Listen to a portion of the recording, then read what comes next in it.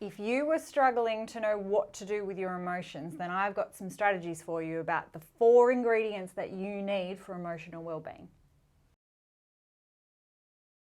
Okay, and we are back for our 3rd ingredient for emotional well-being. Back to a behavioural strategy for this one with Self-Soothe. Okay. Right? Look, you've probably heard these before. These ones are pretty standard. Self-Soothe are behavioural activities that you can engage in so that you can look after yourself while you're feeling emotions, particularly intense and less enjoyable emotions.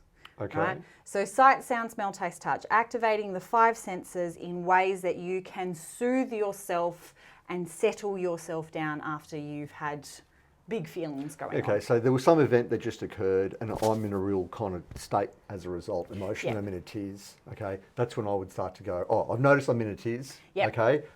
I've got to do something about it. This is my first go-to. Yep. Okay. Yeah. Well, as long as you've got the basics already taken, these I've are just addressed kind of the my self-care. basics. They've got to be taken care of. Okay, so it's, I notice that I am feeling distressed. I kind of accept that I'm feeling distressed because I just had an argument with a colleague. I'm allowing the emotion to be there. And there's also something that I can do to take care of myself while this emotion is going on. Right? Now, Is this like literally the event has just finished and I'm sort of like, I'm just catching some breathing space now? it can be, or Okay. it can be done during, right? Okay. So it works best if you've exited from the situation. Maybe you've gone back home again. You've left work. You've left the argument behind. You've gone back home. Oh my God, that was such a really heavy day for me. I need to do some self-soothing to de-arouse because that will help me get some sleep. Yes. Right? So there are options of things you can do kind of when you're at home, strategies you can engage in for that. But there is also, there's a dialectic. And there are also things that you can do in the moment that can be helpful. We call this soothe on the move. Okay. Right? So sometimes it's like I'm still at work. I've had that argument with a colleague. It's still playing on my mind and I've still got all of these other things that I need to do. I need to take some time to settle this now so I can keep going with the other tasks. Got it. Right? So soothe on the move for me, a big one is tea. So Tea.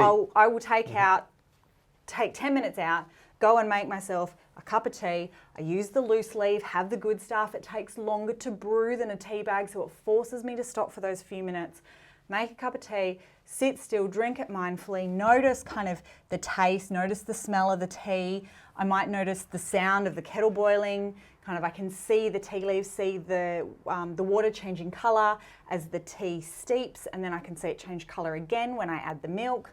I can hold the cup and notice, I've actually got a really kind of textured mug, so I can feel the texture on that. And I can get all of these done with a cup of tea for 5 minutes and then get on. So that sounds like a ritual, really. Okay, me it is. so you've got, and I guess rituals are very kind of orientating. You know, you're in a routine. You know what's happening. They're very comforting. So that makes a lot of sense. Nice. Yeah. But that would be maybe something I do when I'm on the move. And then when I get home, that is where I can actually engage in kind of a longer ritual or a more involved ritual where I can just go, right, I need to wash this day off. So that might be kind of, I'll put a weighted blanket on or I'll put kind of my comfy clothes. I got Oodie, that was my lockdown purchase. I put my Oodie on.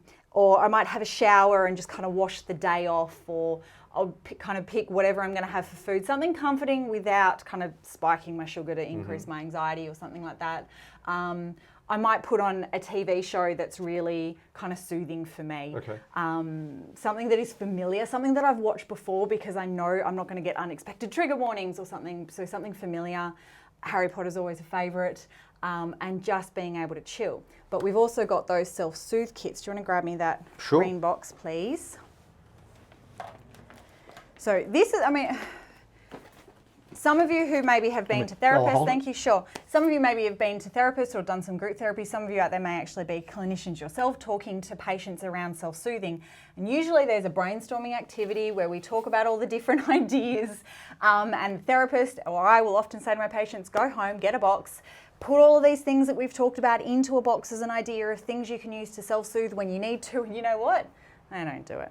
So we came up with a bit of a product. Now this is designed to help you specifically target your self-soothe strategies to enhance your emotional well-being. So, thank you, Dr. Rao. First and foremost, it comes with this 52-page book that is very, very, look, lean and respond that I talked about for these ones, they're in here. Okay, it's got the emotion map and the mood map in here. It's got specific strategies. Look, mindfulness of tea. This is how I do it, right? It's got things in here around calm your farm and the QR codes that'll take you to some of our other videos. All right. It has at the back, if you're needing to distract, we've got brain puzzles, we've got colouring in, a whole pile of stuff that is packed in here. Now, this is available as a hard copy purchase on its own, and it comes in here, or you can get this as the ebook version off our website as well. Now, in here, it comes with one of our cards that has the little suds and skills on the back, but then this is my favourite stuff, right? Ooh, I dropped something. Tea from T2, my personal favourite Melbourne breakfast. It's also a peppermint tea, depending on the time of day, if you don't want any caffeine. So it comes with some tea. This is an Australian brand. It's more hand cream, so this is good for kind of smell, but also for touch. We've got, yep, sure. Eucalyptus mints. If you're going to use taste, you want something that can be intense or soothing, but not too much sugar. And these ones are pretty light on the sugar, which is good. An ice pack. These are really helpful for when you're doing the tip skill, because you place it across the sinuses, head between your knees, hold your breath for 20 seconds, do it seated. So these are good to keep them cold. And because they've got these really cool beads in them, they mold well over the sinus cavity, so they actually go over your nose really nicely, as opposed to kind of your standard like medical ones. They're like a brick. You can't get them because your receptors are up here. Colouring in pencils that go with the colouring in for the book that I just showed you. These that I dropped earlier, so little earplugs for when the world gets just too noisy. Okay. This is my personal favourite. So this is a tiny little candle. It is small but mighty. It packs, I wish we had smell-o-vision. Oh, yeah. This thing, I have this box, vanilla caramel. Wow. Okay. I have this candle in this box, in a bag, in my car, not burning it, and my car smells like this for 4 days. Right. Massage ball that's good for touch, particularly if people need intense touch. This can be really helpful.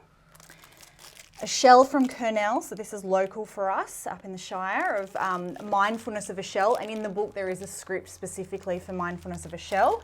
And the fidget poppers. My kids are loving these, and I've got a lot of patients who play with them as well. It's like a reusable bubble wrap. It's like silicone bubble wrap. Okay. So we've got these sort of things. We'll pack that back up later as an option for if you are needing to self-soothe. You can purchase one from us. You can make one yourself. What are the things that are soothing to you for sight, sound, smell, taste, touch? These boxes are only available for shipping in Australia at the moment because there's quarantine issues around the food products.